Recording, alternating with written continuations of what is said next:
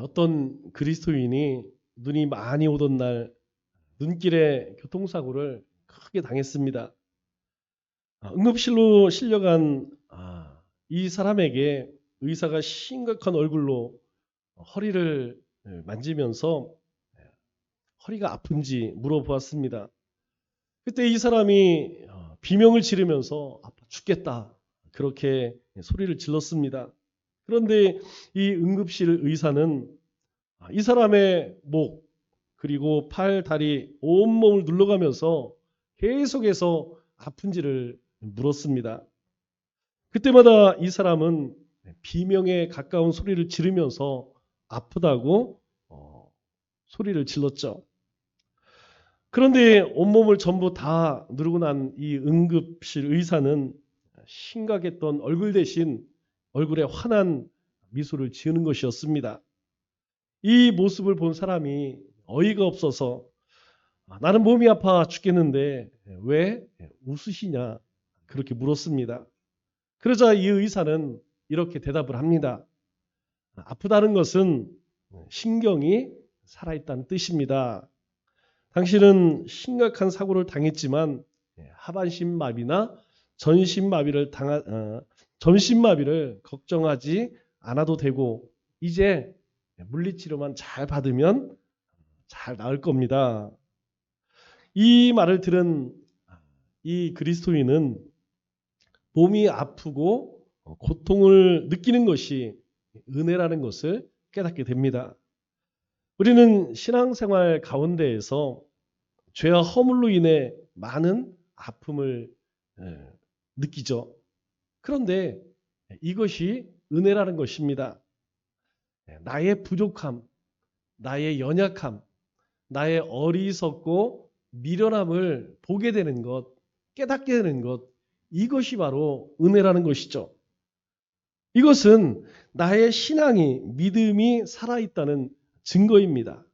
그런데 만일 우리가 우리의 삶을 돌아보면서도 또 말씀 앞에 내 모습을 바라보면서 아무 아픔도 느끼지 못한다면 그것이야말로 진짜로 큰 문제죠. 그리스도인은 믿음 안에서 당하는 고난과 고통에서 하나님의 은혜를 발견할 수 있어야 합니다. 그러면 우리는 살아가면서 무엇에 더 관심을 둡니까? 하나님의 은혜입니까? 아니면 고통입니까? 고난과 시련이 없으면 하나님의 은혜를 모릅니다. 우리가 언제 하나님의 크신 은혜와 사랑 그것을 깨닫게 되느냐? 바로 큰 어려움들이 삶의 고난과 시련이 찾아올 때 우리는 하나님의 은혜를 절실하게 깨닫게 되는 것이죠.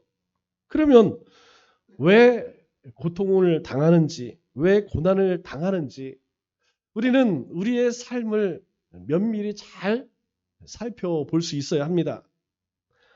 우리가 지난주 살펴보았던 작은 야고보와 같이 유다와 시몬도 그의 행적이나 말씀이 잘 알려지지 않은 제자입니다.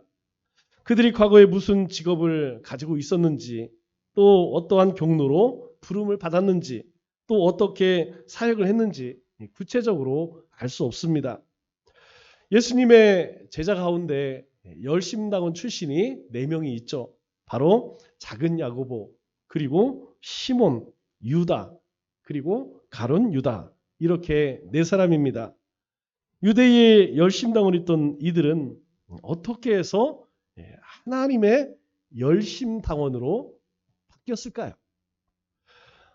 유다와 시몬 중에 먼저 유다는 성경의 3가지의 이름으로 그를 말하고 있습니다. 우리 마가복음에는 다데오 이렇게 이야기를 하고, 누가복음에는 야고보의 아들 유다, 그리고 우리 마가복음에 다른 사본이 있죠. 다른 사본에는 레비어스라는 이름으로 그렇게 나와 있습니다. 시몬도 마찬가지죠.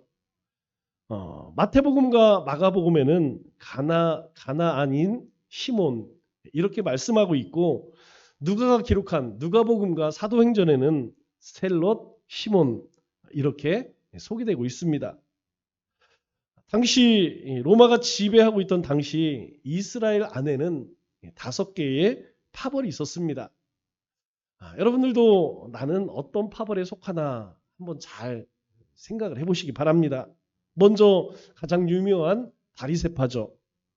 스스로 구별된 자 그렇게 여기고 이들은 율법 준수를 아주 엄격하게 강조를 했습니다. 왜냐하면 피리시라고 하는 이 바리새인들은 그 자체가 말씀으로 돌아가자 철저히 율법을 지키는 것, 그것을 목숨처럼 여겼죠. 그래서 이들은 천국이 있다고 믿었습니다. 그런데 문제는 무엇이냐? 그렇게 율법을 철저히 지키기는 했지만 그 마음은 조금 달랐다는 것이죠. 마음은 하나님을 사랑하는 마음, 이웃 사랑하고자 하는 그런 마음 없이 율법 지키는 데에만 힘썼죠. 그러다 보니까 자연스럽게 어떻게 됩니까? 잘 비판하게 되죠. 그리고 정죄합니다. 왜냐하면 말씀에 대해 잘 알고 있으니까 그 항상 어떤 일이 생기면 말씀에 비추어서 비난하고 평가하고 그것으로 정죄했던, 그래서 예수님에게 위선자라고 책망받았던 사람들이죠. 두 번째로는 사두개파가 있습니다. 이 사두개파는 유대 귀족 사회의 일원으로 사례들인 의원들이 대부분이었죠. 이들은 이 땅에서 부귀영화를 누리던 사람입니다. 전통적으로 그렇게 제사장 그룹들, 그들이 여기에 속하죠. 그러다 보니까 하나님 나라보다 이 땅이 좋아요. 가진 것이 많으니까. 이 땅에서 부족함 없이 사는데 굳이 천국까지 뭐 소용이 있겠습니까? 세상에 살면서 다 누릴 거 누리는데. 그러다 보니까 이들은 천국은 없어. 천국 믿지 않습니다. 그리고 또 한 파가 있는데 SN파, SNF파라고 하죠. 이 사람들은 극단적 금욕주의 생활을 했던 사람들입니다. 그러니까 오직 하나님 말씀에만 집중하던 사람들이에요. 그러다 보니까 수도원 생활, 그리고 저기 일반 사회를 떠나서 쿰란이라고 하는 사막 한가운데에 가서 성경 필사하고 성경 읽고 그들만의 공동체를 이루었던 아주 금욕적인 생활을 했던 사람들, 그들이 SN파죠. 그리고 헤롯 땅이 있습니다. 이 헤롯 땅은 로마의 앞잡이로 권력과 그 혜택을 누리던 헤롯과 그를 지지하던 세력, 그들을 헤롯 땅이라고 하죠. 이 사람들은 현실적인 사람들입니다. 현실 보니까 로마 쪽에 붙으면 괜찮을 것 같아. 박쥐 같은 사람들이 있죠. 요게 좀 나을 것 같으면 요게 붙었다. 불리할 것 같다 그러면 또 저쪽에 붙었다. 이런 사람들이죠. 마지막으로 열심당원들이 있습니다. 이 열심당원들은 극렬 민족주의자들. 스스로 뭐라고 이야기하느냐? 우리는 하나님의 진노의 대행자들이다. 그러니까 우리가 심판을 하자. 그래서 헤롯 당원 이런 사람들은 열심당원 만났다가는 그냥 못 돌아갑니다. 어디가 밤팅이 돼도 그냥은 못 따라가죠. 특별히 이 열심당원들은 종교적이면서도 정치적인 그룹인데 열렬한 애국주의자들.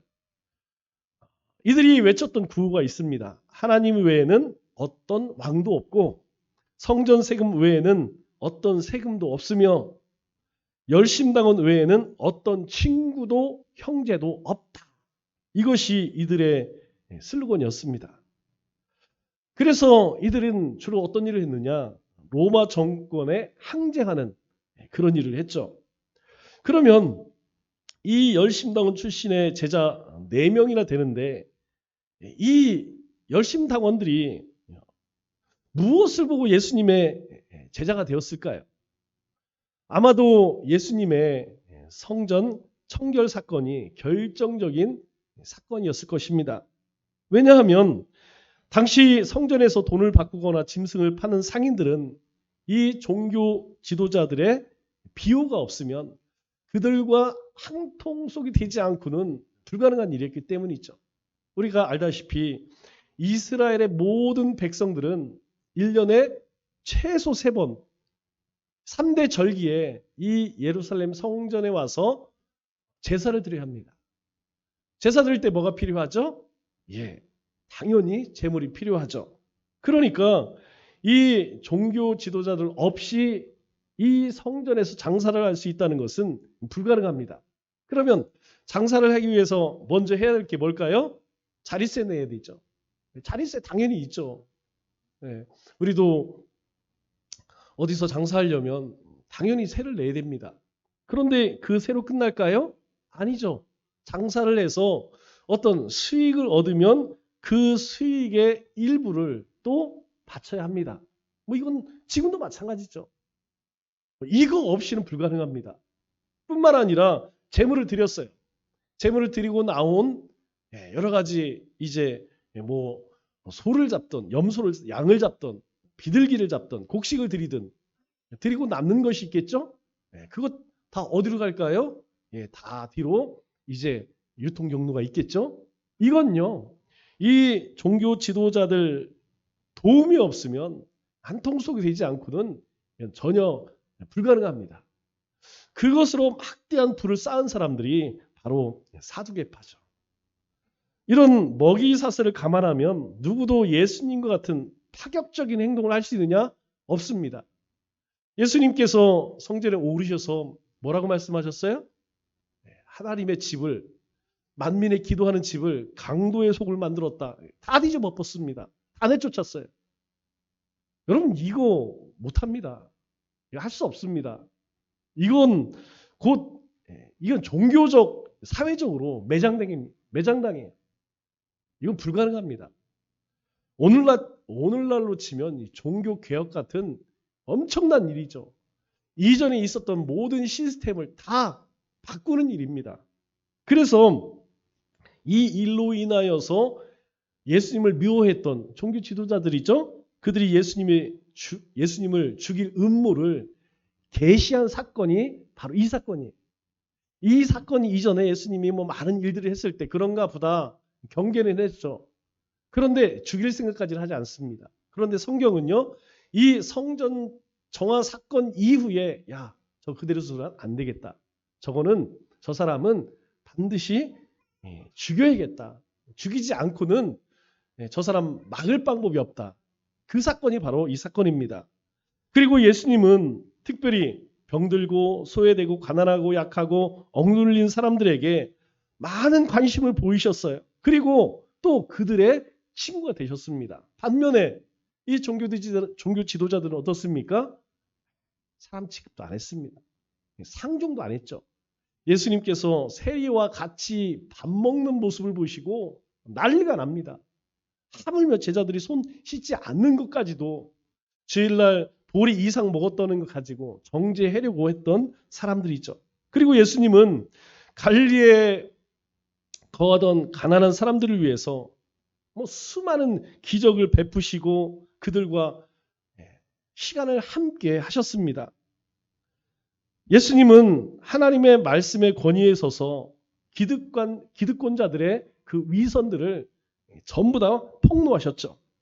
형식적이고 생명 없는 이 율법 종교에 대해서 아주 신랄하게 비판하시고 공격하셨습니다. 이 예수님이 행하신 일에 누가 가장 공감했을까요? 바로 이 5개 분파 가운데서 바로 열심당원들이 가장 공감이 되는 거예요. 왜냐하면 이들 마음 가운데에 항상 이것에 대한 불만이 있었거든요. 그런데 예수님께서 그 일을 과감하게 행하십니다. 그러니 예수님을 볼 때에 이들 입장에서는 거의 구원자 같은 그런 것이죠. 거기에다 예수님께서 또 말씀하신 것이 무엇이냐면 하나님 나라에 대해 말씀하세요. 그 누구도 하나님의 나라의 임재, 이거에 대해서는 이야기한 사람이 없습니다. 그런데 하나님 나라, 오직 하나님이 통치하시는 나라, 그 나라가 이제 임박했다라고 라고 하는 말씀은 이 열심당 출신의 사람들로 하여금 야, 이분이야말로 우리 민족을 해방시킬 메시아다. 그렇게 확신을 갖게 된 것이죠. 그래서 이들은 예수님이 부르실 때에 지체 없이 예수님을 따르게 됩니다. 왜 그럴까요? 야, 이 예수님과 함께만 하면 우리가 독립하겠구나. 우리를 압제하던 이 로마 제국 우리가 진정한 자유를 얻겠구나. 그런데 예수님은 그래서 부른 것이 아니죠? 그러니까 예수님의 부름을 받되 이들은 전혀 다른 꿈을 꾸고 있었어요. 즉 예수님을 통해서 자기들이 추구하던 것을 얻어보려고 했다는 것이죠. 그게 무엇입니까? 바로 민족 해방에 대한 열망이었다는 것입니다. 그런데 이 열망이요, 단순한 열망이 아닙니다. 우리가 열심히 아주 많은 사람을 열심히 특심이다 이런 이야기하죠. 이 사람들이 바로 그랬던 사람들이죠. 이 사람들은 정말 뜨거운 열정을 가지고 있었어요. 정말 무섭습니다. 무서우리만큼 열심을 가지고 있던 그런 사람들이에요. 그런데 예수님을 따르면서 점점 자신들이 생각했던 것과는 전혀 다른 모습을 보게 돼요. 어떤 모습입니까? 아니, 원수를 갚아야죠. 그런데 원수를 사랑하라 이렇게 말씀하세요. 지금 이 열심당원들은 원수들을 어떻게 해서든지 이 땅에서 다 내몰기를 염망했는데 예수님은 그들을 사랑해라 이렇게 말씀하시는 거예요. 뿐만 아니라 가이사의 것은 가이사에게, 하나님의 것은 하나님에게. 아니, 말도 안 되죠. 우리 걸 빼앗아서 가이사 로마 황제에게 바치는데 아니 가이사의 것은 가이사에게 주라. 말도 안 됩니다. 또 많은 군중들이 예수님을 따르면서 예수님을 왕으로 삼아야 된다. 그럼 빨리 왕 되셔야 되죠. 그런데 사람들이 예수님을 조금만 지켜 세우려고 하면 예수님은 피하시는 거예요.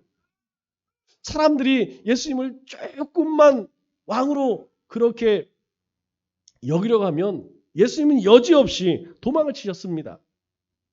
점점 시간이 지남에 따라서 이 열심당원 제자들은 둘 중에 하나를 선택해야만 했습니다. 그게 뭐냐? 칼을 선택할 것이냐? 아니면 예수님을 선택할 것이냐? 칼을 포기해야 하느냐? 아니면 예수님을 포기해야 되느냐? 양당 간에 하나는 결정을 해야만 했죠. 그래서 아마 가장 크게 실망한 가룟 유다가 결국 극단적인 선택을 합니다. 그 선택이 뭐예요? 바로 예수님을 배신하죠. 열심당원이 가장 싫어했던 사람 중에 누구예요? 종교 지도자들입니다. 그들이 어떤 사람이라는 걸 잘 알고 있었기 때문에 그들은 하나가 될 수 없어요. 바리새인과 사두개인은 하나 될 수 없습니다.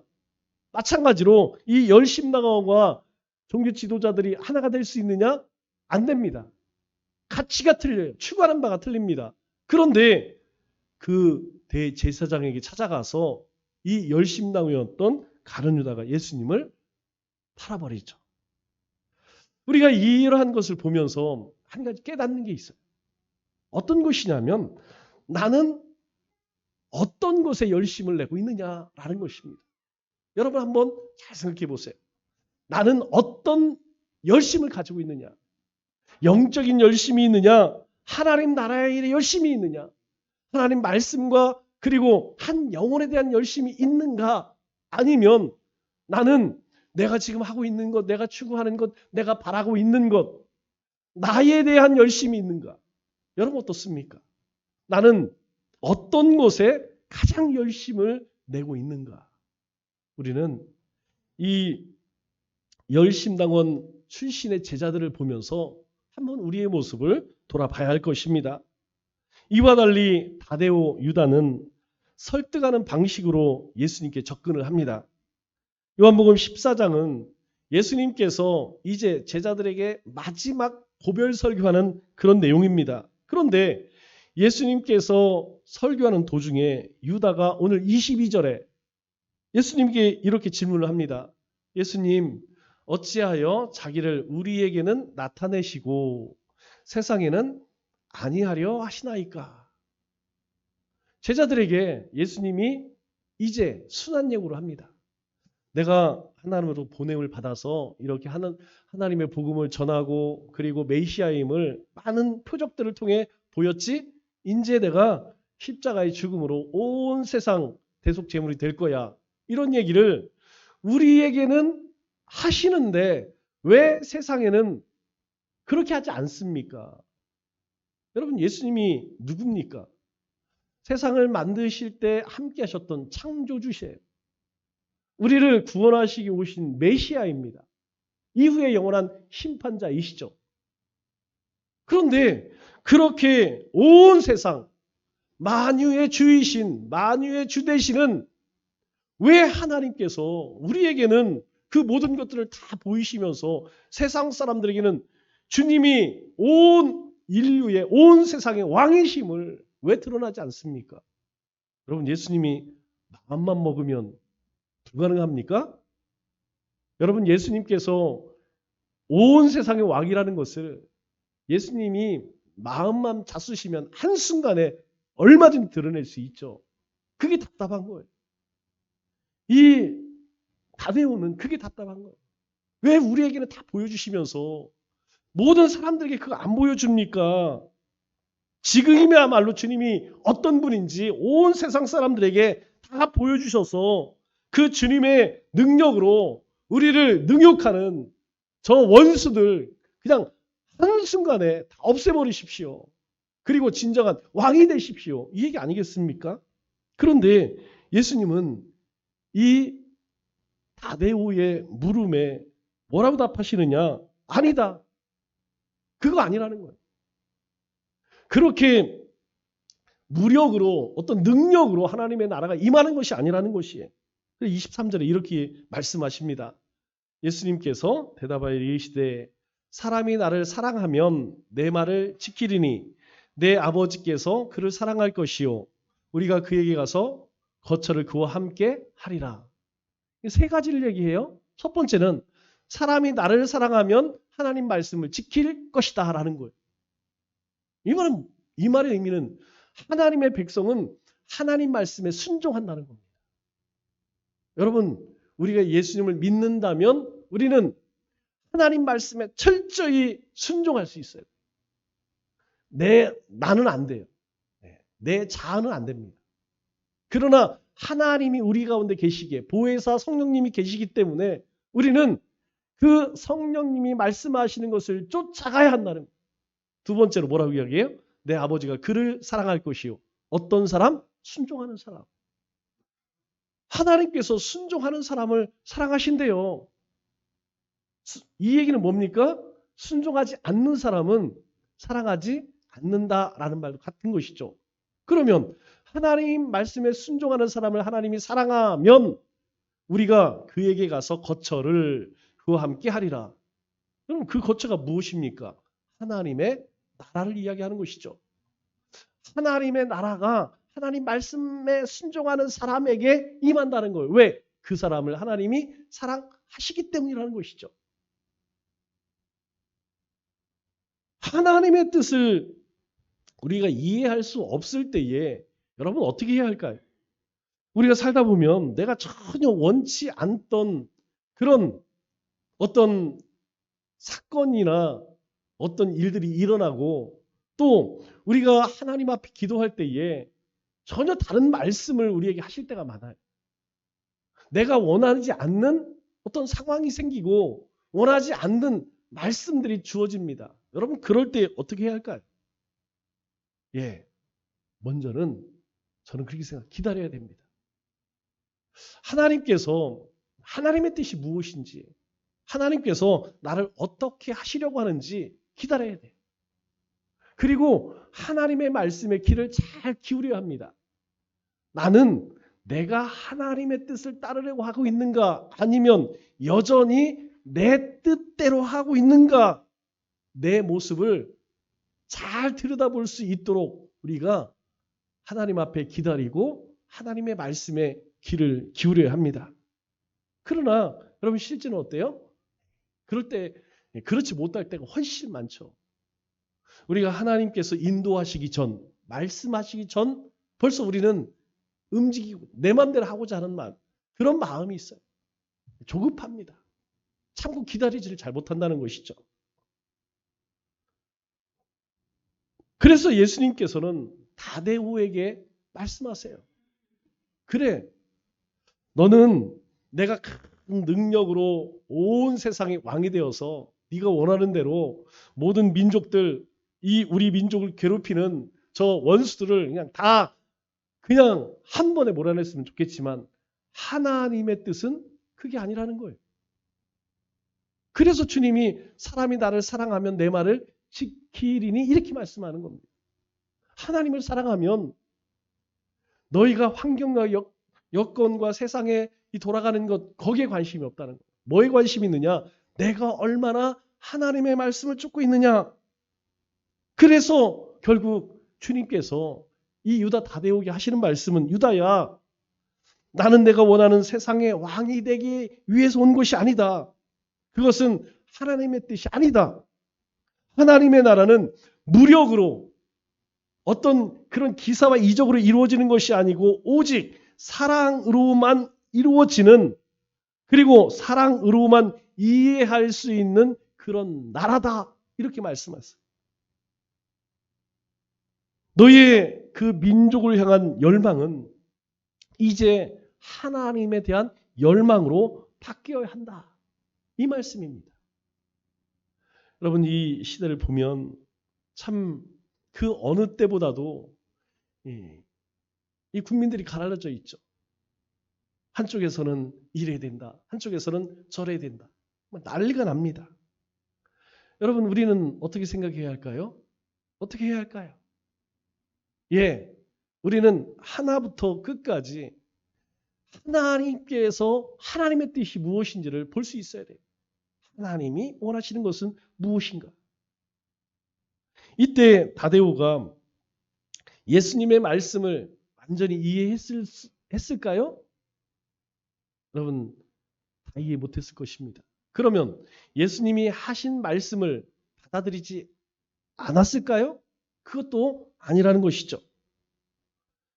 예수님의 말씀을 어느 정도 귀담아 들었기 때문에 이 유다 다데오는 가룟 유다의 길을 가지 않았다는 것입니다. 만일 이 다데오가 예수님이 이 하시는 말씀에 그가 전혀 거부했다면 그는 가룟 유다와 같이 예수님을 배신했을 거예요. 그러나 그렇지 않습니다. 이 다데오는요, 이 예수님께서 마지막 자신에게 하시는 이 말씀을 가슴에 잘 새겨두었다는 거예요. 사람들은 각자 생활의 중심을 가지고 있습니다. 다 마찬가지예요. 우리 모두도 우리의 삶의 생활에 중심이 있습니다. 어떤 사람은 가족 중심, 어떤 사람은 물질 중심, 어떤 사람은 일 중심, 또 어떤 사람은 소유 중심, 어떤 사람은 교회 중심, 어떤 사람은 자기 중심. 각자의 가치관에 따라 열심을 내는 중심이 다 다르다는 것이죠. 시몬 같은 사람은 나라와 민족 중심의 생활 방식을 가지고 있었을지도 몰라요. 아니, 그것을 가지고 있었습니다. 그래서 예수님이 부르셨을 때 따랐고 늘 예수님에게 물을 때에도 항상 그것에 맞춰져 있었어요. 언제 하나님의 나라인 이 이스라엘이 독립할 수 있을까? 진정한 자유를 얻을 수 있을까? 늘 그 생각만 하는 것이죠. 우리가 광화문에 나가면 두 부류의 사람들을 보게 됩니다. 하나는 태극기를 흔드는 태극기 부대, 또 하나는 누구죠? 우리가 흔히 이야기하는 개딸들이라고 이야기하죠. 여러분, 그뿐만 아니고 우리 사회 생활, 우리 신앙 생활에도 똑같습니다. 자기의 중심이 있는 것이죠. 그러나 우리가 항상 열심도 중요하지만 더 중요한 것은 무엇을 위한 열심이냐. 이게 훨씬 더 중요해요. 열심 내는 것, 뜨거운 열정을 갖는 것 중요합니다. 그러나 무엇을 위한 열심이냐는 것이죠. 무엇을 위한 열정이냐는 것입니다. 이 열심이 바른 목적을 가질 때에 그 효력을 나타내는 것이죠. 여러분 만일 잘못된 열심을 가지면 자기 자신을 파괴합니다. 자기 자신만 파괴할까요? 아닙니다. 자기 주위 그리고 많은 사람들에게 해를 끼쳐요. 바른 열정을 가져야 한다는 것이죠. 바른 열심을 가져야 한다는 것이죠. 사울이 바울이 될 때에 그가 사울이 이럴 때 얼마나 열심을 가졌습니까? 그런데 다메섹 도상에서 충격적인 얘기를 들어요. 사울아, 사울아, 어찌하여 나를 핍박하느냐? 말이 안 되죠. 이제까지 사울은요, 바울은요, 하나님 나라를 위해서, 하나님을 위해서 열심을 다했습니다. 저 예수 믿는 사람들, 저 한 명도 남겨두지 않고 모두 감옥에 잡아들여서 다시는 이 이스라엘 땅에 예수 얘기가 나오지 못하도록 하는 것, 복음이라고 하는 것, 그것이 완전히 사라지는 것, 그것이 하나님을 향한 충성이라고 생각했어요. 그래서 그는 이 예루살렘뿐만 아니라 유대 땅뿐만 아니라 사마리아 땅에서 그리고 저 다메섹까지 그렇게 예수 믿는 사람들을 다 싸그리 잡아다가 감옥에 가두는 것, 그것이 사명이라고 생각했습니다. 왜요? 하나님을 사랑하기 때문에. 하나님의 말씀을 붙들은 이 율법주의자로서 용납할 수가 없는 것이었습니다. 다 이 모든 일들이 하나님을 향한 열심이라고 생각했어요. 그 열정을 가지고 다메섹까지 예수 믿는 사람을 찾으러 갔습니다. 그런데 예수님 뭐라고 말씀하세요? 왜 나를 핍박하느냐? 왜 나를 핍박하냐는 거예요. 그런데 사울은 지금 누구를 위해 열심을 다합니까? 예, 하나님을 위해 열심을 다해요. 그런데 하나님은 뭐라고 말씀하시냐면 왜 나를 위해 핍박하느냐? 잘못된 열심이 바로 이와 같은 것이라는 것이죠. 이것은 눈먼 열심입니다. 어디로 가는지를 모르고 무작정 열심히 달리는 격이죠. 우리 모두는 세상 일에 쫓기던 사람에서 이제 부름받은 사람으로 바뀌어져야 한다는 것입니다. 그러려면 어떻게 해야 할까요? 내 중심이 바뀌어야 합니다. 내 중심이 바뀌어야 돼요. 내 생각이 바뀌어져야 한다는 것이죠. 그러면 우리가 내 중심이 바뀌기 위해서 나는 어떤 노력을 하고 있느냐 하는 것이죠. 여러분, 우리가 왜 큐티합니까? 우리가 왜 말기찬매합니까? 오늘 왜 하나님 앞에 예배 드립니까? 그거 아니겠어요? 하나님의 은혜를 받아야만, 하나님의 말씀으로 충만해야만 내 중심이 바뀐다는 것을 우리는 압니다. 그래서 말씀을 묵상하는 것이고 말씀을 읽는 것이고 말씀을 필사하는 거예요. 목적은 하나입니다.